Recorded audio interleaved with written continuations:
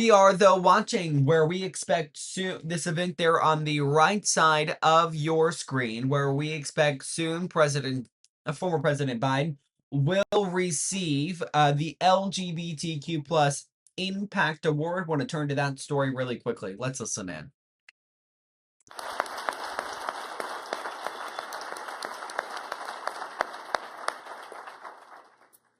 If I may borrow a touch of Irish wisdom, a good heart is better than all the heads in the world, and Joe Biden has one of the biggest hearts we've ever known.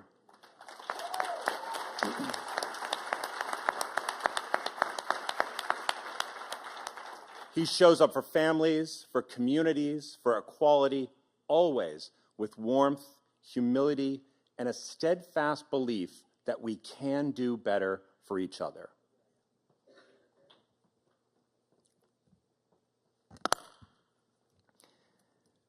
President Biden, we are grateful for your support, your friendship, and your love. You remind us that progress is absolutely possible, that inclusion matters, that love and decency will always prevail. So let's be reminded, Victory. Don't get mad, get elected.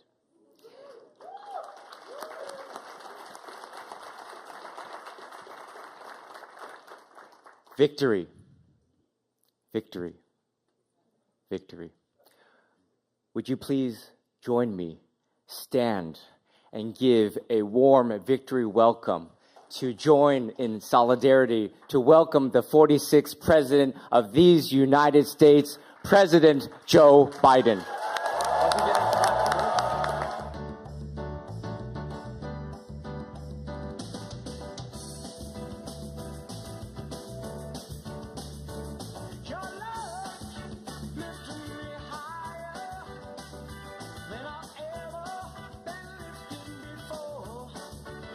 So keep it up, quench my desire.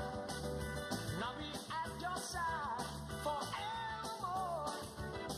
You know your love, keep on lifting me higher, higher and higher. I say your love, keep on lifting me higher and higher. Now once I was down. Oh, hello.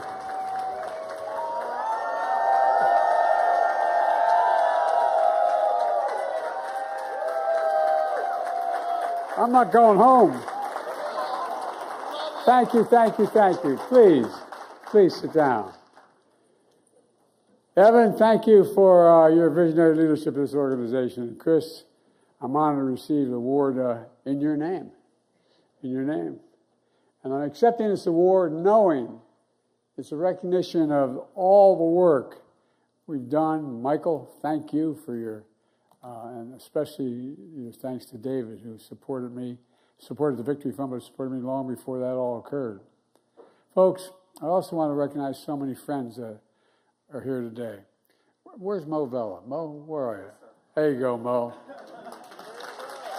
You know, we're doing this for a long time, Mo and I've relied on his advice throughout my career, particularly when I was vice president.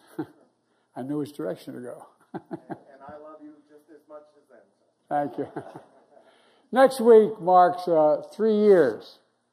3 years since many of us stood on a crisp day in the South Lawn of the White House, where I signed the Respect for Marriage Act. Folks,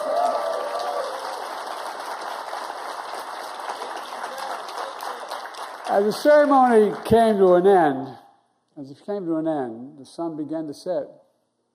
Rainbow lights lit up the portico of the White House.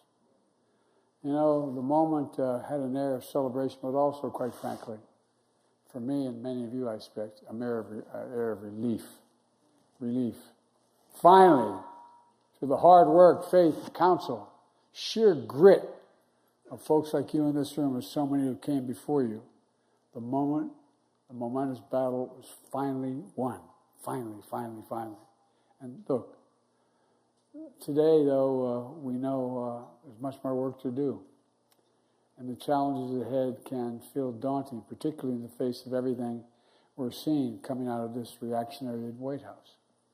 You know, we're all here today for the same reason. Same reason.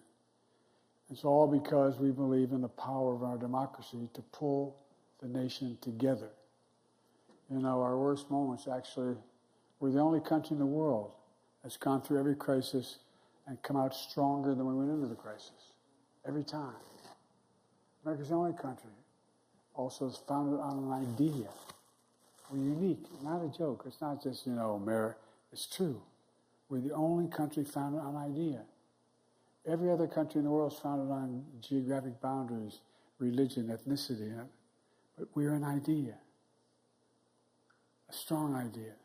It's stronger and more powerful than any dictator or any army. And that in America, we hold these truths to be self-evident. All men are created equal. All deserve to be treated with dignity and throughout their lives. And all of us, each and every one of us, deserves that. That's how I was raised. That's how many of you were raised, I guess, too. We've never lived up to that idea, though. But we've never walked away from it. We've never walked away from it either. And so you've heard me say before, that when I was growing up, whenever something bad happened, I used to be a stutterer and people made a lot of fun of you, a lot of other things. My dad would look at me and say, Joey, just get up. Get up, Joey. Get up. Well, folks, that's my message to all of us today. To all who love our country.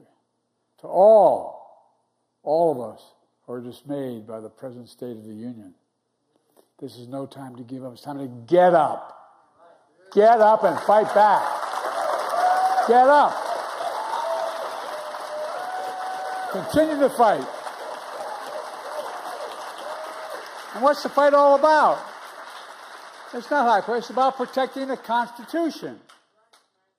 It's about protecting the Constitution. Some of you are old enough to remember back in 2012, I went on Meet the Press. Got myself in a bit of trouble. But good trouble. You know, I just couldn't remain silent anymore. We had this whole plan to let things... Anyway.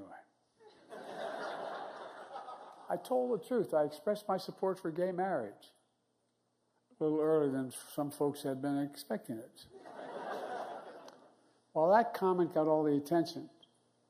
I also told another story during that interview. I've been speaking a few weeks earlier, and there was a group of LGBTQ leaders in a private home. And during the Q&A period, and I was in that home, a gentleman stood up and said, Mr. Vice President, let me ask you a question. How do you feel about it? How do you feel about us? That's the way he said it.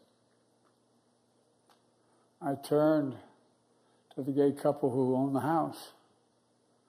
I looked at both of them. I said, what did I do first when I walked in the door of your home? And they both said, you walked right up to our two children. And I turned to the person asking the question. I said to those children, I wish every American, I mean this is from the bottom of my heart, I wish every American could have seen the love in the eyes of these two young boys for their dads. It was palpable. You could feel it. Because if they did see that, they'd never have any doubt about what this is all about. Folks, a lot has gotten lost in all the noise with terms like DEI and being weaponized and people's basic identity turned into political football. Right now, in no small part because of the vitriol of this in our national debate, there are young people sitting alone at home as I speak, literally, behind closed doors, scrolling through social media, staring at the ceiling, literally wondering whether they've talked. You are, and I've talked to many of these young men and women, wondering whether we'll Will they ever be loved? Will they ever marry? Will they ever have a family? Ever truly be accepted for who they are? So my message to young people is this. Just be you. Be who you are. You are loved. You're heard. And you increasingly understand you belong. You belong, you belong, you belong. I mean it. Things are changing. Folks,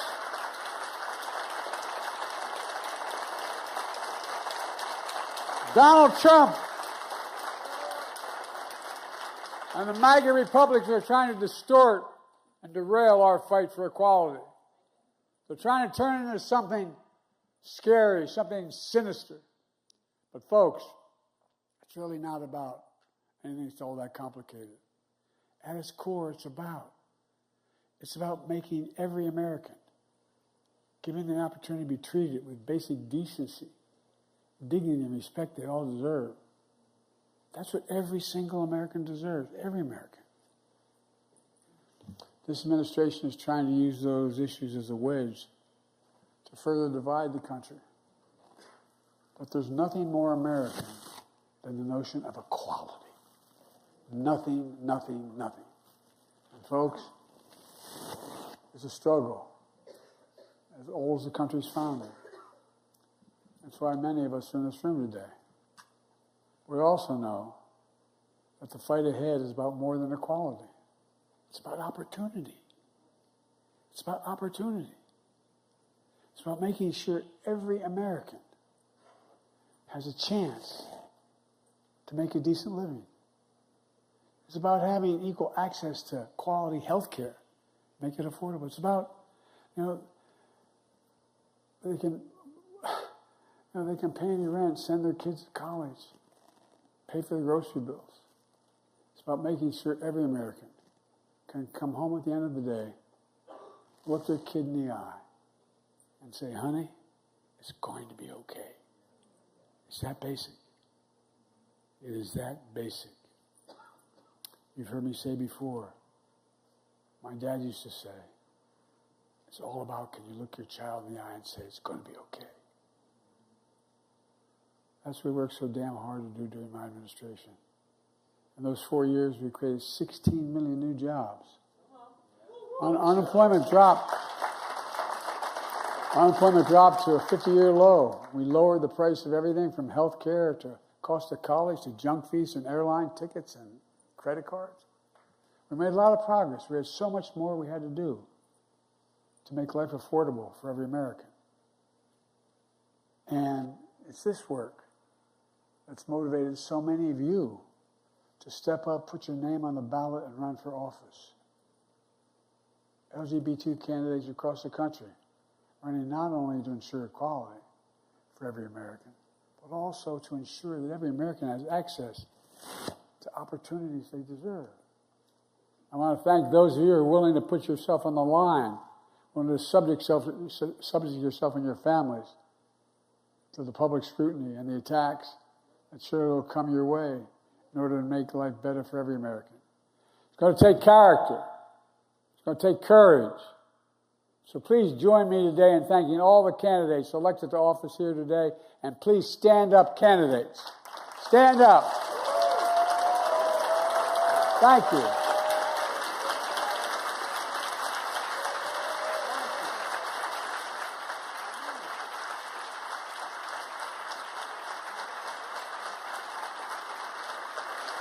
Think of what you've done.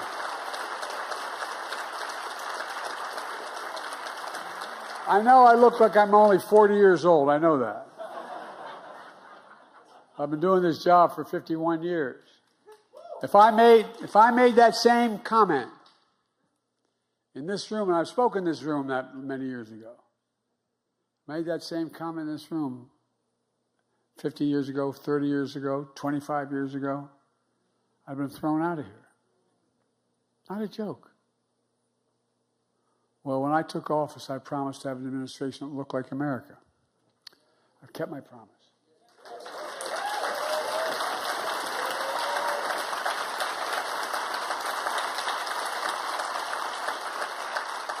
And not just for the community, but my press secretary, Kareem.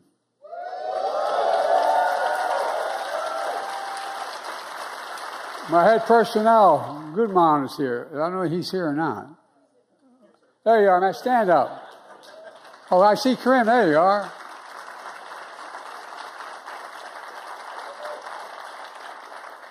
Along with many others who served in my administration. You all worked on issues that went far beyond equality for the LGBTQ community. With your help, we accomplished much, not just in this community, but all across to create opportunity for everybody.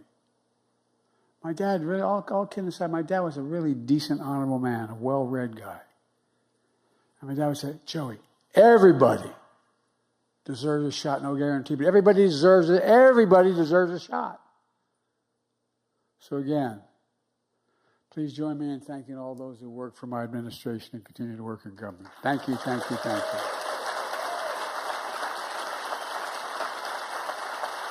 Let me close with this. So I'm taking too long here. I apologize. Folks, America's not a fairy tale. For 250 years, there's been a constant push and pull, an existential struggle between peril and possibility. We're not guaranteed a fairy tale ending, but I believe the America of our dreams is always closer than we think. I know I'm characterized as an eternal optimist, but I am. You know, my friend, Congresswoman Sarah McBride, what a kid. She used to work for my son, Bo, who passed away because of what happened in Iraq. He was Attorney General. She worked for him. And he used to have to protect her, go out of his way. Well, she wanted to be here today, but she's giving an important speech at my alma mater, the University of Delaware. You know, Sarah talks about, quote, doing the hard work of persuasion. And in these times, which can be dispiriting and even hurtful, Sarah says, hope. Quoting her, hope is a conscious choice. You have to summon it. You have to summon it. It's not automatic. Friends, we are one of the only countries in the world that time and again has come out of every crisis stronger than we entered into that crisis. I still believe, emerging from the many crises caused by this administration, as we have constantly, nonetheless, come out stronger, wiser, and more resilient than before. But we just have to get up. As long as we keep the faith, summon hope, and get back up and remember who in the hell we are. We're the United States of America. That's who we are. We're the U.S. And there's nothing, I mean it sincerely, there's nothing beyond our capacity in America when we act together. So let's work together. Let's keep this fight going. Let's win it together. Now, not tomorrow, now. Thank you. God bless you all. And may God protect our troops. Sorry it took so long. I'm so damn proud of all of you. No, I really am. I'm proud of your courage. So thank you, thank you, thank you.